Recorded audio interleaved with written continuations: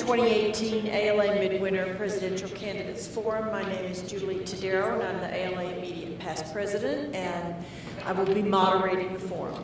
Also with me on the platform is Ellie Mina, ALA parliamentarian, who serves as the official timekeeper for the forum. Today, we've asked each candidate to give a 5-minute presentation, which is timed by our parliamentarian. After the candidates have given their presentations, the floor will be opened up for questions from the audience. The candidates will each be given 2 minutes to respond to each question. The forum will end with each candidate presenting a 2-minute statement or summary. The forum is being videotaped and will be posted to YouTube as soon as possible after Midwinter. It is now my pleasure to introduce you to the presidential candidates for the 2018 ALA election, Wanda K. Brown and Peter D. Heifer.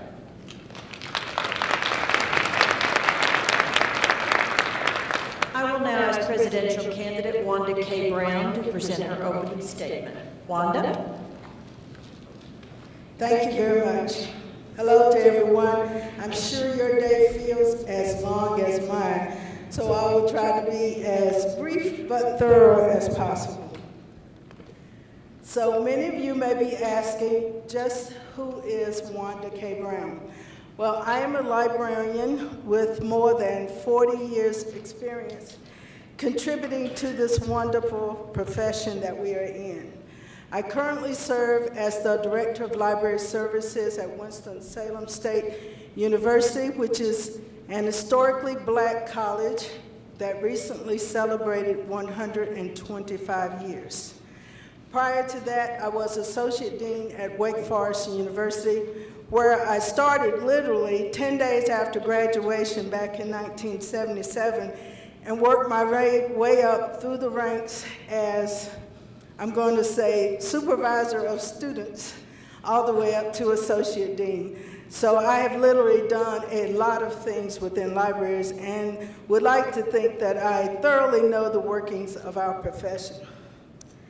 So you might ask me, what would I bring to the office of the president? Well, first of all, I bring experience. I have served as the president for the North Carolina Library Association, and I have served as president of the Black Caucus of the American Library Association. For both of these groups, I have also served as treasurer and worked on the financial planning, so I've had lots of experience not only serving within an association, but I've also had experience planning conferences and working to reorganize and do strategic planning around conferences and around association work. So one of the things I like to tell people that I bring that I think is unique is my passion. I am very passionate about many things about this profession, extremely passionate, but I'm also passionate about recruiting and retaining new people into the profession, which is why I'm excited about the opportunity to run, because I recognize that I'm a new face. A new face among the ALA structured environment. I'm a new face, but I welcome the opportunity to continue giving service. So I've spent a lifetime advocating for the rights of others. I've spent a lifetime mentoring and building and inviting people to bring their best selves to the table, because I do believe that that's important. But I also believe what's important is that we include all of the voices. All of the voices. So in my work, when I plan and devise committees, I'm inclusive. Most of the people who know me will tell you I'm very inclusive. I want to have representation from every voice. And every voice is valued, every voice is respected and welcomed. So I actually do practice what I preach. Inclusion brings, of course, for all of us, greater opportunities. And therefore, as a candidate for president, I would expect to still continue to be inclusive. I'm a relator. I've welcomed the opportunity to partner. For those of you who have stopped by my table or seen my webpage, our slogan is partnering for a stronger future. Those relationships that we form are crucial to our success. Our voice is louder if we combine our voices with our partners. Everything we do, we strengthen it the more people we bring to the table. So the ability to relate, the ability to sustain and create partnerships is what I look forward to doing. Hence my buttons say partnering, because I'm expecting all of you to be a partner with me. Partnerships that will join us in the fight of equal access. Partnerships that will strengthen funding. Partnerships that will provide equal opportunities for all. When I say equal opportunities for all, I mean everybody who comes to ALA should feel like they have a voice here at ALA, because we're all members, so we all are on equal footing. What will I bring to the office? I'll also bring collaborative leadership. I have never worked solo or independently. I believe in surrounding myself with the best and the brightest, because no one can do it alone. We all have to work together. These are challenging times for our libraries, challenging times for all of us. And so how will we answer that question? What have you done for me lately? Let's partner together. Thank you, Wanda. Presidential candidate Peter D. Hepburn will now present his opening statement. Peter?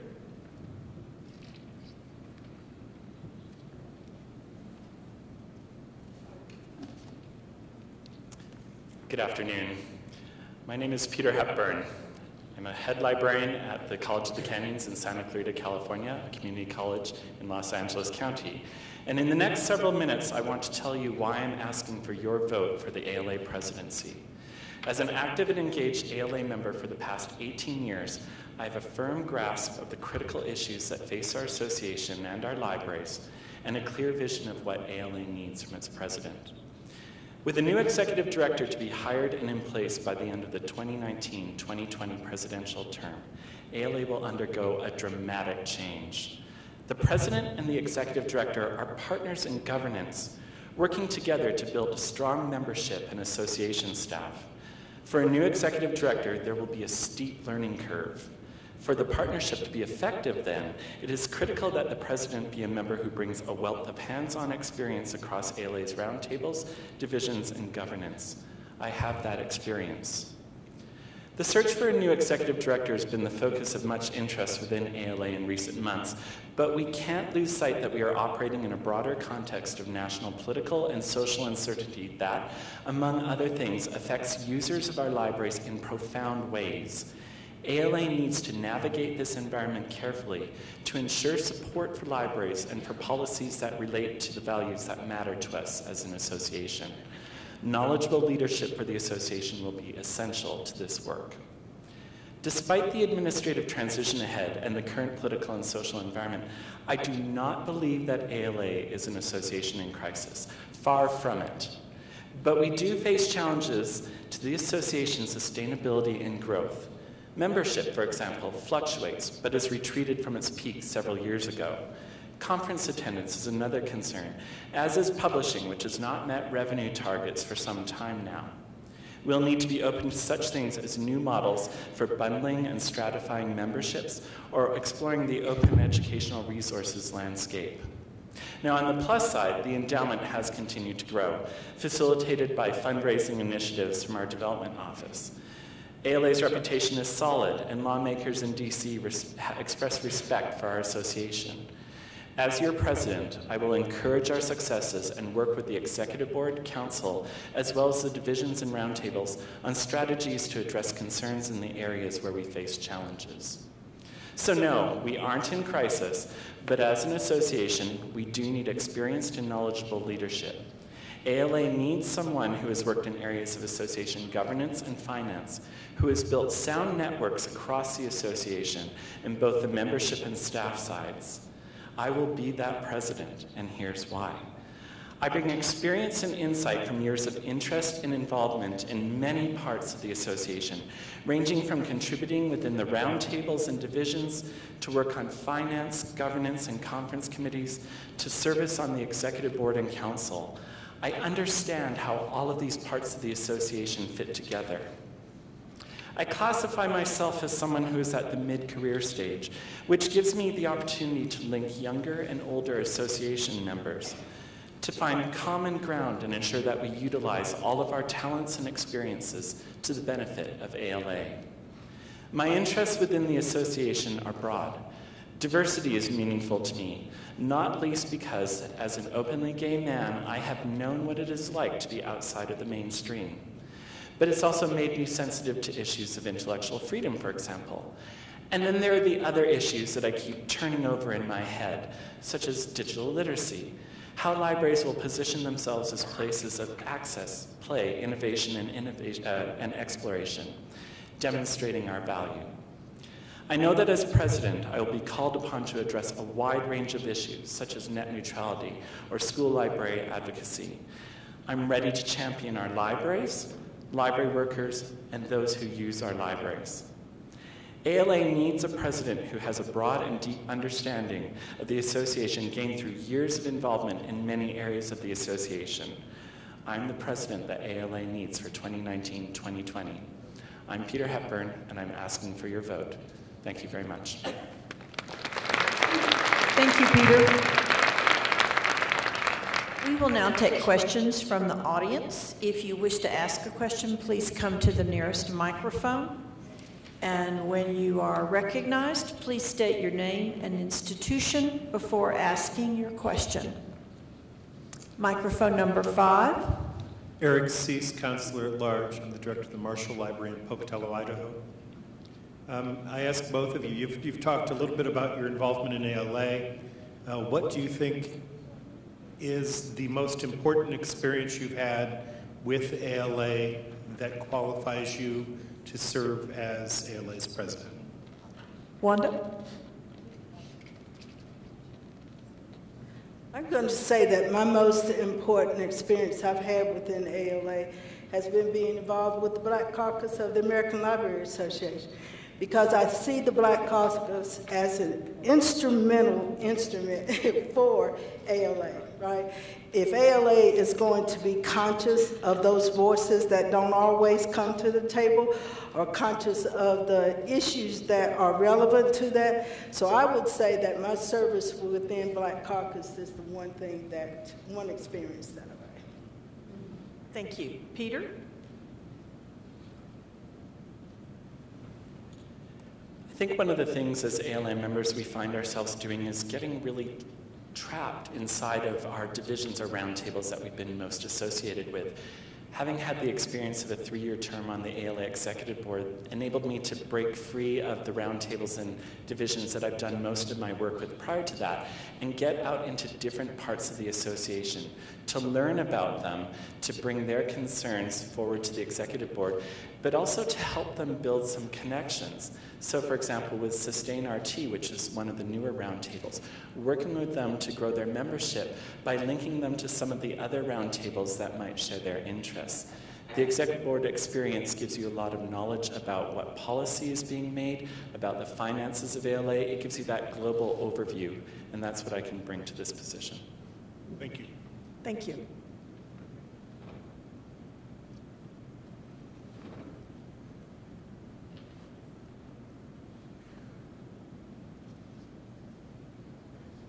Other questions? Please come to a microphone. Microphone number 4.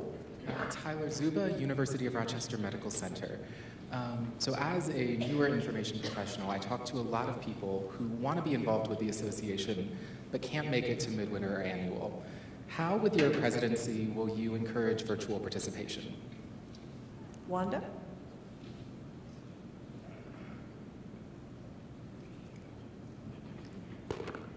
That would be an area I'd have to explore more about. I know that we're working a lot to make our conferences virtual, and I think that we could do a better job of making it affordable, right? So you couldn't make it totally free because nobody would come, everybody would stay at home. So how do we judge the cost of that? How do we implement it so that it is still rewarding to the association?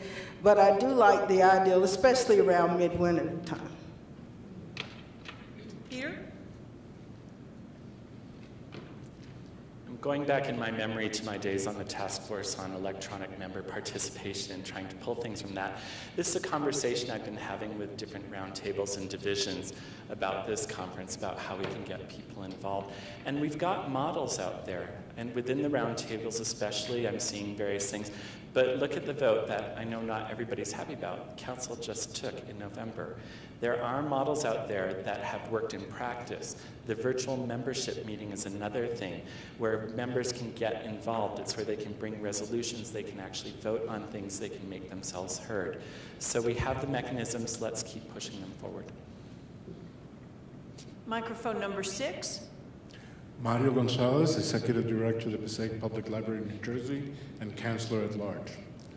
As President, you would be the spokesperson for the association representing all close to 58,000 members right now.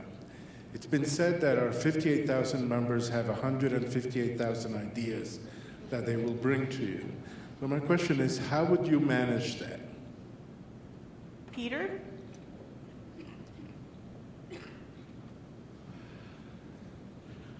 The lighter side of me thinks, Maria, that I'm going to have to set up another email account entirely just to manage all that. You know, we put a lot of emphasis on the president, quite rightfully so, but remember that the president is part of a team. The president has the executive board. The president works with the division presidents. There are a lot of ideas that may be coming to the ALA president because that's a very convenient and visible point of contact, when in fact these are things that can be shared with the people you're working with, the executive board, the division presidents. Get their input. It might be a more appropriate thing for a division to take on, for example, the roundtables as well. So always remember, the president is visible, but we're not alone in this. Wanda? I'm going to echo what Peter said, but also add that you could always create, like ALA Connect, where you invite people to share their opinions. And so we could still do the same, because I would like to have it be so people feel very comfortable, very free in approaching me if they wanted to approach me. So I might not be able to capture everything that you say or every idea that you give me, but I would certainly like to have a task force in place that could help me filter in all the things that come in. But also, I'd enjoy having personal one-on-one conversations. So if I had the opportunity to speak to 50,000 people, I just might take you up on that. Microphone number 6. Thank you, Maggie Farrell, University of Nevada, Las Vegas, and a member of BARC. So thank you, both candidates, for running. I know stepping up to a leadership position takes a lot of energy and ideas. So thank you both for your willingness to take on this leadership role. So as you know, we're very concerned about the finances of the ALA because we want to continue to have a strong voice for policies and for our profession. So can you speak to your ideas on what you might change about the financial picture for ALA, or if you have ideas for revenue enhancement? Wanda? Okay, so I'm not sure that I have any ideas about how I would change anything about the way we bring in revenue now, but I would certainly be willing to listen to ideas from the appropriate people who have been assigned finances from the organization to help me see directions that we need to take. All right, so I kind of said in my introduction, I try not to act in a vacuum solely by myself. I rely upon the best and the brightest, so I bring them to the table and they help me figure it out. But I do believe that we should be financially relevant, especially when we have members who are bringing to us their money, right? So they need to see something for it and need to feel like their investment in their association is paying off. So the way we do that is by remaining financially relevant. So of course I would be willing to take that under my umbrella. Peter?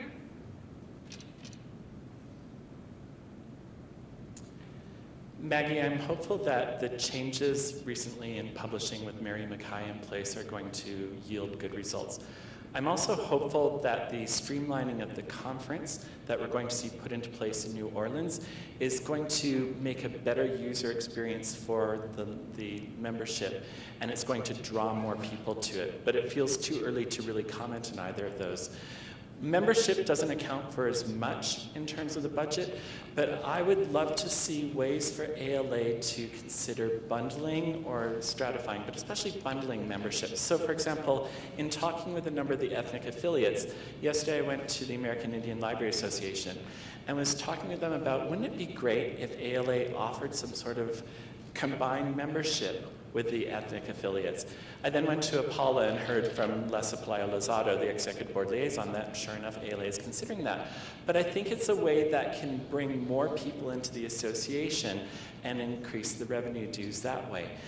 There are also different things that we might consider in terms of bundling divisional and roundtable memberships.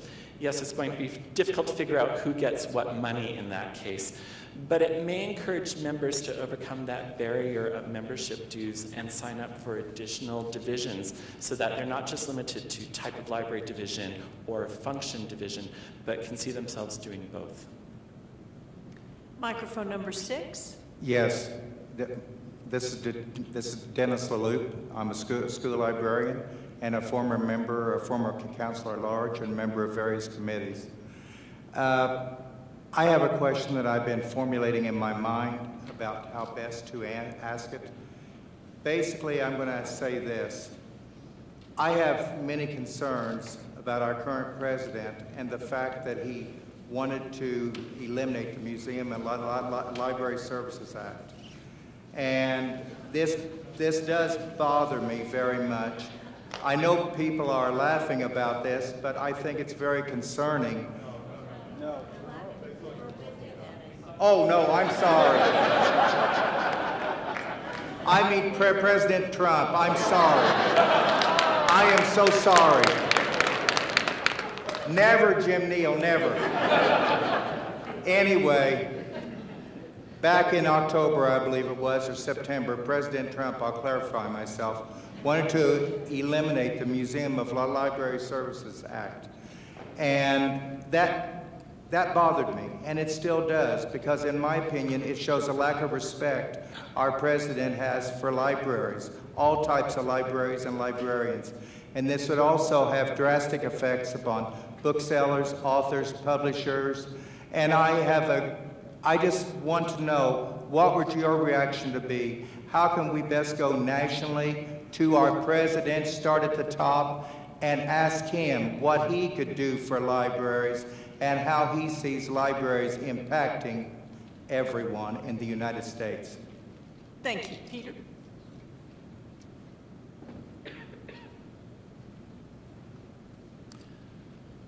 I fear I may offend people on one part of the political spectrum when I say this, but I don't think there's really a great way to go to the current president. I don't think the current president is someone who will listen, but there are lawmakers in Washington who will listen. And we have Kathy Cromer in the Washington office who are working for us in Washington. The Washington office has had far too many interests on its plate, far too many things for it to focus on. I think I heard at one point a number, 135 different things. We need to refine that down. We need to whittle that down, and I'm confident Kathy and the staff there will be, so that we focus on the critical things like IMLS, and we take it to the lawmakers on Washington who we know we can get in contact with, who we know we can have that conversation with, who we think we can convince, we hope we can convince. But approaching President Trump, I don't have confidence that he is going to listen to us. I think we have to go work with the people who are a little more rational. Wanda? I have to say, Peter, I do agree with that latter, but I also don't know that we've had a librarian march on Washington, have we? Have we ever had that? Have we ever had every librarian across the United States to come ride buses and go to Washington? Have we ever done? I know we do National Library Day, and we go and we meet with our Congress people, and we advocate for our libraries that way. And I would say that that's where we start right now. But I also would say that we, as librarians, we need to be talking about these issues in our communities and informing our communities so our communities know what they need to be saying to their congresspeople, right? So those partnerships that I talked about, that's what we need to be forming. And then we need to take that and collaborate, what we talked about, putting those stronger our voices become. Let's bring in our partners and help them help us take that fight to Washington. Thank you. Microphone 5. Maria McCulley, Cambridge Public Library. I want to congratulate both of you for your candidacy. And I wanted to ask, what do you think is the most pressing issue, 2 parts, for the American Library Association, but also for America's libraries? Wanda? Well, certainly right now, I think the most pressing issue for ALA is to hire an executive director. It's probably the most pressing issue for that. And then the most pressing issue for us as librarians, was that right?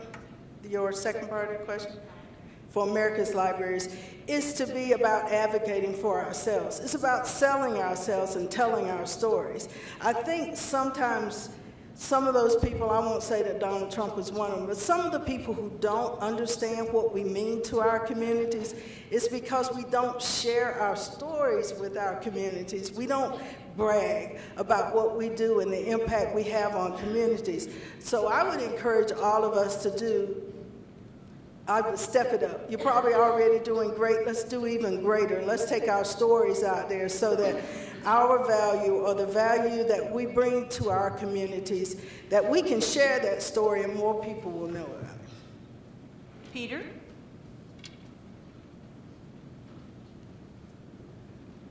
Among all the issues facing us, I think the number one right now is net neutrality. We have seen this going through a difficult period in Washington, and now the fight is being taken to the state level, in which case we need to be working with our state chapters on it. But net neutrality is so critical to all of our libraries. We have committed ourselves to equity, diversity, and inclusion in the American Library Association. Net neutrality, among other things, is a question of equity. Who can afford? Who is going to get access to those things?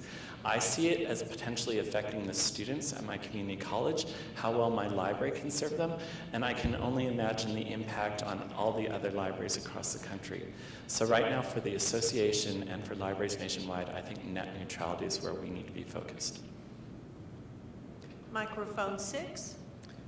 Ann Eubank, Montana State University Bozeman, and personal member of ALA. I want you to imagine that you close your eyes and you woke up 10 years in the future in 2028. What does our organization look like?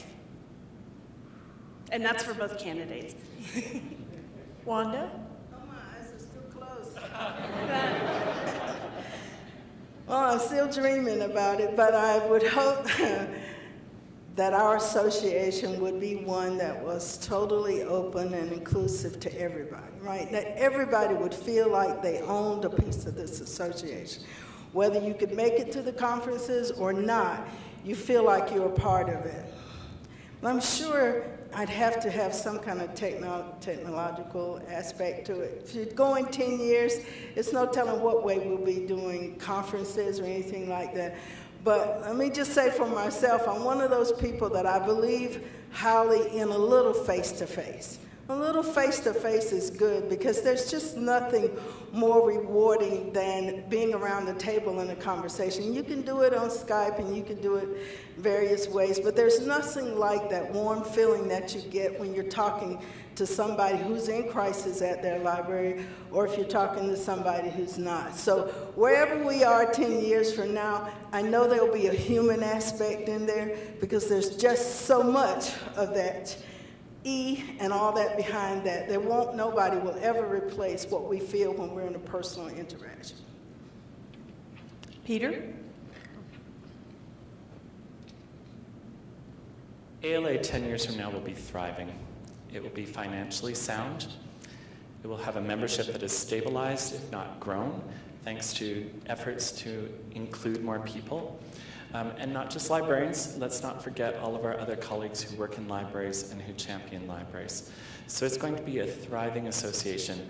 I think also it's going to be an association whose brand, whose reputation is intact and carries a lot of weight still. So no matter how we look internally to ourselves, to people outside of the association, they will still have a lot of respect and regard for the work that ALA does and will continue to do. Thank you. Thank you. Microphone 4.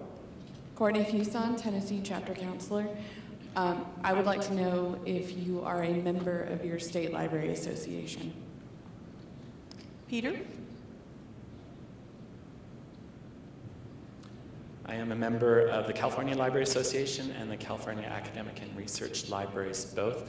I have enjoyed participation in the conferences, looking forward to the Carl Conference in April in Redwood City, so yes. Wanda? Yes, I'm a member of my association. I was just president 2011, 2013.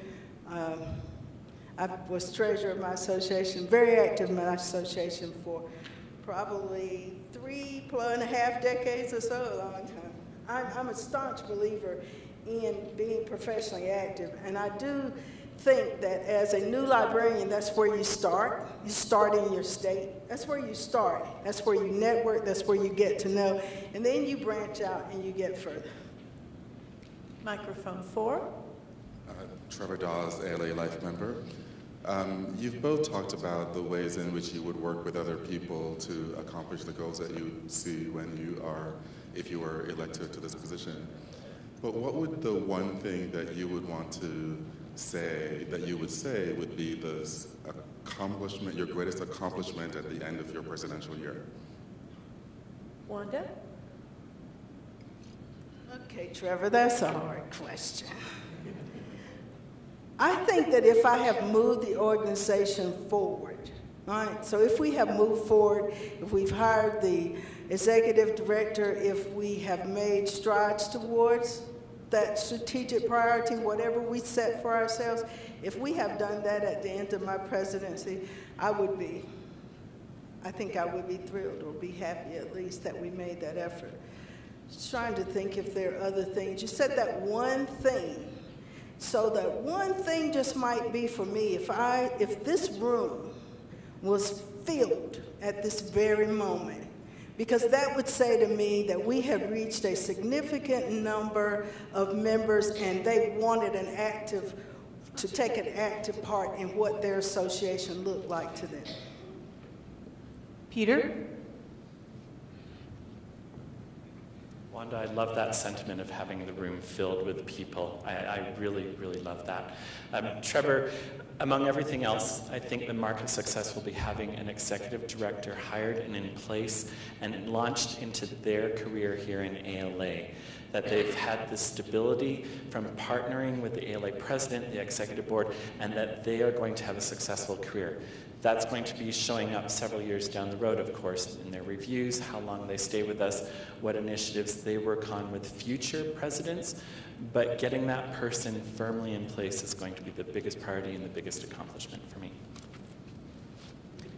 Microphone 6. Hello, my name is Valentin Cologne. I am the current president-elect of the Library Support Staff Interest Roundtable. I have one question. And that is, what would either one of you do if elected president to bring everyone to the table? And I mean everyone who is a member of ALA, including the support staff, because we seem to get, the short end of the stick. Peter?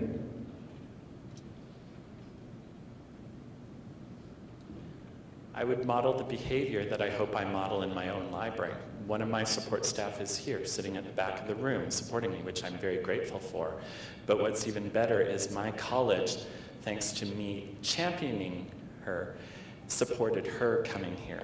So do as I do in my library. Remember that it's library workers, not librarians. This is not the American Librarian Association. It is for all of us. If I can do it in my library, I can do it here as well. Wanda?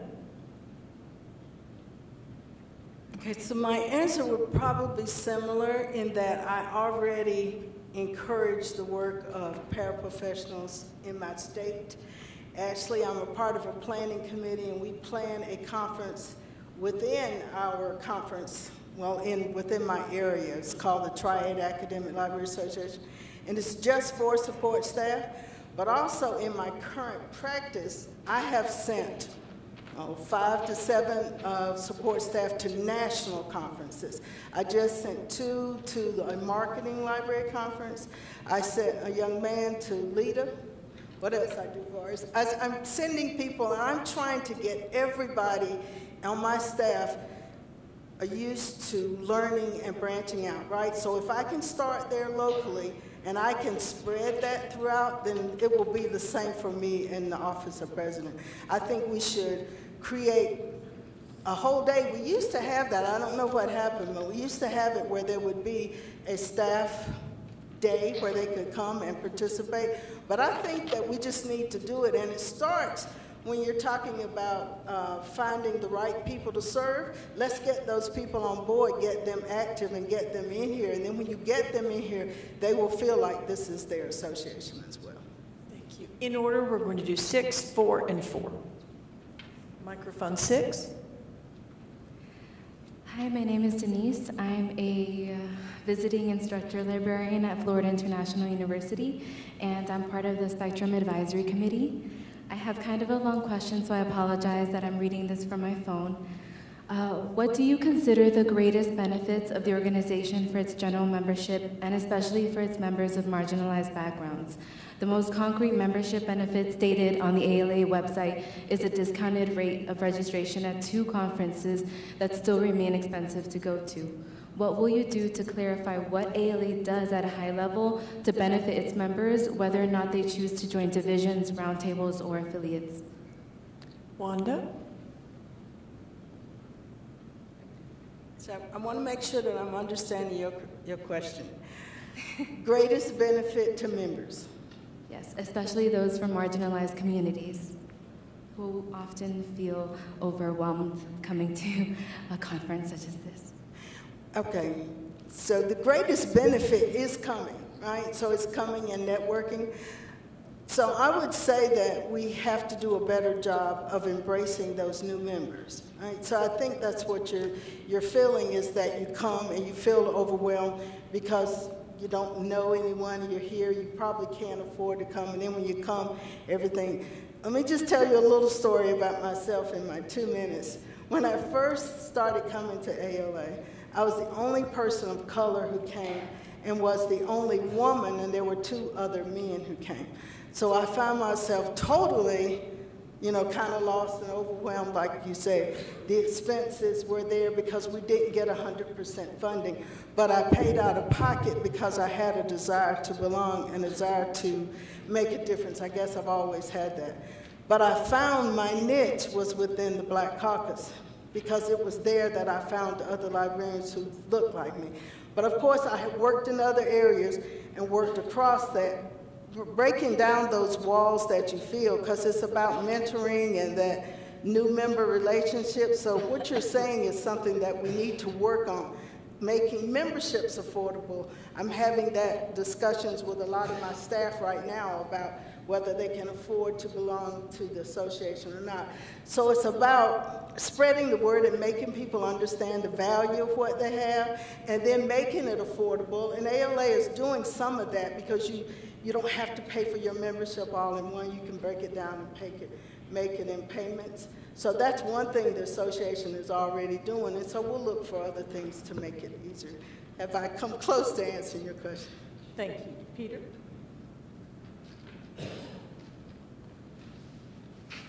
I had a similar experience, Wanda. When I first came to ALA, I sought out the people in my community as well, the GLBT Roundtable, and they became my home within ALA.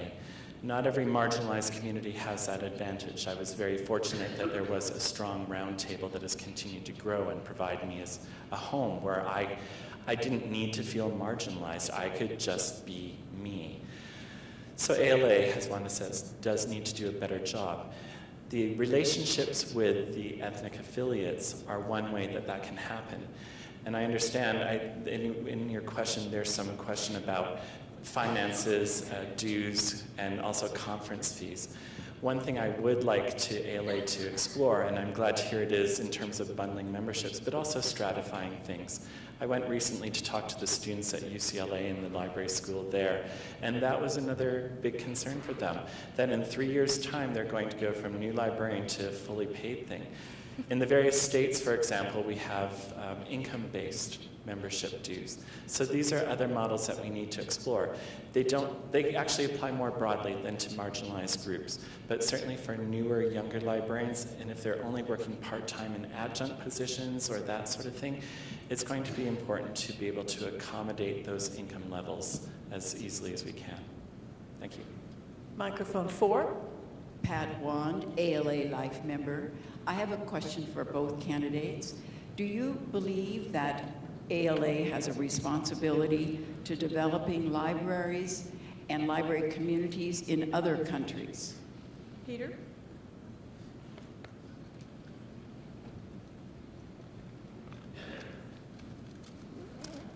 Pat, I wish that you'd given an example of that. I'm trying to, would you be able to give an example of that? Would you mind? ALA now does have an Office of International Relations and a number of members engaged in that activity, reaching out to other countries and working with library communities. And my question to each of you is, do you think that's a responsibility that's important to an American Library Association? And if you do feel that way, how would you envision perhaps enhancing it? Thank you. It is important for ALA to be taking this on. The work in international relations, the work with other library associations around the world is critical because we are not part of just a single information environment. There are other nations that are plugged into it. There are other libraries around the world that are plugged into it. So fortunately, we do have the International Relations Office. We do have the International Relations Committee. We do have the International Relations Roundtable. These are all groups, along with the ethnic affiliates. I spent time with the Chinese American Library Association today and talked with them about the relationships ALA can and should be cultivating with the library associations and libraries and librarians in other countries. I think it strengthens us worldwide as a profession when we take advantage of those relationships and push each other forward, even as our focus is primarily here in the United States. Yes. Wanda?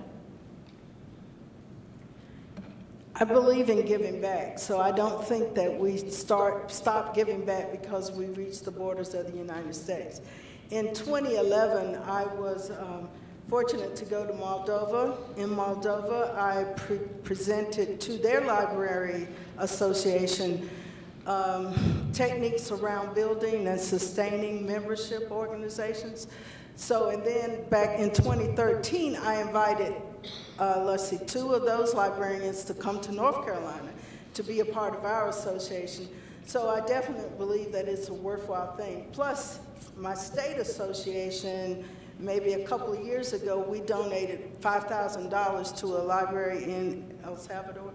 So we're used to giving back and going beyond the borders.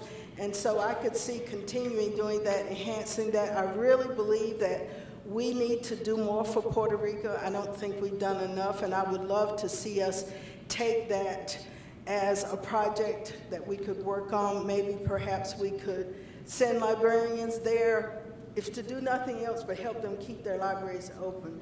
So I very much support it. That's just some of what my thinking is along that line. We have time for 2 more, 4, and then 5. Microphone 4. Martin Garner, personal member at University of Colorado, Colorado Springs. So first of all, welcome to you both to our beautiful state. Thanks for bringing the snow. I'm also president of the Freedom to Read Foundation. I would like to know if you are members of the foundation. Peter? Martin, yes, I have been a member of the Freedom to Read Foundation for several years now, and am a member of IFRT, on top of that, the Intellectual Freedom Roundtable. Thank you. Wanda? Unfortunately, I'm not a member, but I'm interested in becoming a member. So. Thank you. Microphone 5. John DeSantis, Counselor at Large. It's been said that the ALA president is the voice of the association for the 1 year that that person is president, whereas the ALA executive director is often thought of as the face of the association for the number of years that that individual is in the role. How would you envision your own relationship with the ALA executive director if you were to become ALA president? Wanda? Well, first of all, I would like to think that we would work hand in hand together. So it would actually, in this particular case, be 2 new people on board, right? A new president and a new CEO. So I would try to give that person as much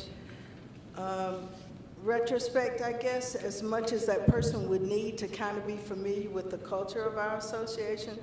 But hopefully if we hire the right person, they're going to kind of understand all of that. And so my thing would be to spend as much time with that person so that our messages are similar, so that what we're saying, we appear to be on the same page, because from what I read, the president kind of shines out in the front, and the executive director is the person who's managing and overseeing the administrative parts of the office. But as a president of association, you want to make sure that that association, the functions of that association mirror the way the president feels, right? So as an inclusive person, I would want to see the people who work in ALA represent the membership of ALA. So I do think that that would be a part of what I would do, would be try to share as much about the way I feel about this association, the passion that I have. I would try to share that with the executive director so that we would come across seamless and look like we're on the same page. Peter? I'm keeping in mind that there will be 2 executive directors in that presidential year. So for the first half of the year, essentially, it would be working with Mary Geekus, someone whom I've worked with for some time now in various capacities, and I feel confident in my ability to work with her. Then the second half of the year would be working with the new executive director coming on board, and the relationship would change. Rather than one where you're working with someone who has that rich knowledge and that long experience in ALA, is potentially someone who really doesn't know the association as well, or doesn't know all parts of the association well. So it shifts from being a somewhat equal partnership to being something of a coach and mentor to them. And then turning them over to the president to follow, and hoping that you have built enough into your relationship with that new executive director that they can carry it forward into your successors. Thank you. Our time for questions is now over. Each candidate will have 2 minutes to make a closing statement, and we will begin with presidential candidate Wanda K. Brown. First of all, I want to especially thank each and every one of you for coming, because your presence here says to me that you care about your association. And so I want to thank you for doing that. But I also want to ask you to do one other thing. I believe you are as passionate about our association and our profession as I am. And if you are, I challenge you that the next time you are here, that you will bring 2 new librarians with you to come and hear what's said at this forum so they can come and be a part of the association. Whether you vote for me, I would love it. Whether you vote for Peter, I'm happy with that too. I just want you to vote. I want you to be an active participant, an active part of your association. So I will close by asking you to partner with me so that we can have a stronger future. Peter? Thank you, and like Wanda, I thank you all. I thank you all for being here. And I also want to say it's a real privilege to share the stage with Wanda. It takes a lot to be up here and stand for election in the association, and I'm glad that I've had this opportunity to get to know her. My vision for ALA is one of organizational stability and even renewed growth. ALA does excellent work, and that must continue despite what uncertainty the nation is experiencing, and despite the transition in administrative leadership that the association will experience in a couple of years. The work ALA carries out matters greatly. It matters to all who live, work, and learn in our communities. Libraries are a place for so many in this country to turn to and rely on at a time when there is distrust of so many institutions. ALA is the leader that we all look to in shaping policies and procedures to benefit the users of our libraries. That makes the leadership of this association of great importance. My time in the association working at various levels of governance has shown me that the ALA president must be able to address a variety of issues as they arise. I offer ALA the deep and wide-ranging experience in the association that lends itself to that work. My networks within the association are broad, and my understanding of the structure and governance of ALA is sound. I am keen that ALA flourish through the years ahead, and that my presidency build the foundation needed to ensure a strong, stable American Library Association for the future. In the all too short presidential year, I will prioritize the sustainability of the association and of the excellent work that is being done. ALA's finances bear close watching, and revenue streams such as membership, publishing, conferences will need to strengthen and find consistency. Financial sustainability is crucial for ensuring that efforts such as the work addressing issues of equity, diversity, and inclusion can come to fruition. I'm Peter Hepburn, and I ask for your vote for ALA President. Thank you. Thank you. This concludes the 2018 ALA Midwinter Presidential Candidates Forum. It's been my pleasure to moderate the forum. I'd like to thank our candidates and all of you who came to hear them. I would also like to strongly encourage you, as both candidates did, to vote this spring, and I want you to urge your fellow ALA members to vote as well. A reminder, electronic balloting begins on March 12th. Polls close on April 4th, and we will know the results of the election on April 11th. Thank you again for coming.